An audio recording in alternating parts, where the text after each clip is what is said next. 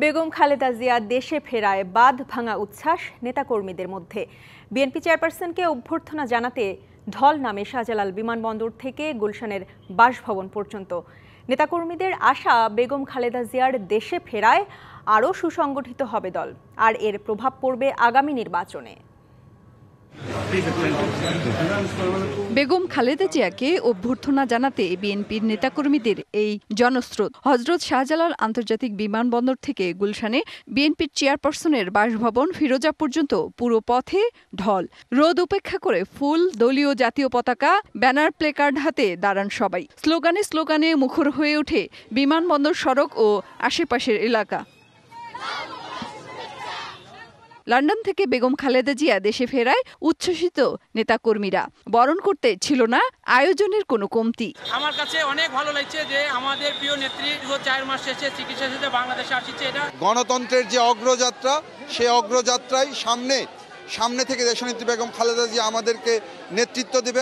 উনি সুস্থ হয়ে ফিরে আসার কারণে বাংলাদেশের মানুষ আবার নতুন করে সাহস, নতুন করে তারা উজ্জীবিত হবে। উনি এসেছেন, দেশের মানুষ গণতন্ত্র পুনরুদ্ধারের যে আকাঙ্ক্ষা, সেটা আরো অনেক বেশি অনুপ্রাণিত হয়েছে। লিলি হালাল বিউটি সোপ, বিএসটিআই কর্তৃক সনদপ্রাপ্ত দেশের প্রথম হালাল বিউটি সোপ, দীপ্তিময় উজ্জ্বল ত্বকের জন্য। দলীয় চেয়ারপারসনকে এক নজর দেখতে অনেকে ঢাকায় এসেছেন আগের দিন।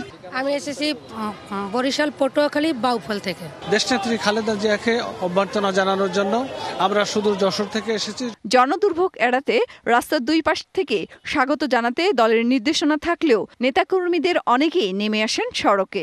দেশনেত্রী বেগম খালেদা জিয়া দেশে প্রত্যাবর্তনের মধ্য দিয়ে আজকের ষড়যন্ত্রের দাঁত ভাঙ্গা একটা উচিত জবাব হবে। এখন এক ঝলক দেখব।